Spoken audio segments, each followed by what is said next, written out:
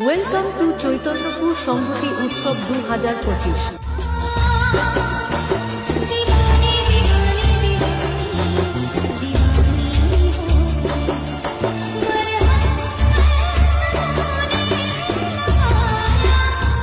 প্রাকৃতিক দুর্যোগের জন্য সংহতি উৎসব উদ্বোধন তারিখ পিছিয়ে আগামী 25শে ফেব্রুয়ারি থেকে মেলা শুরু হইবে, তাই সবাইকে আসার আমন্ত্রণ থাকল।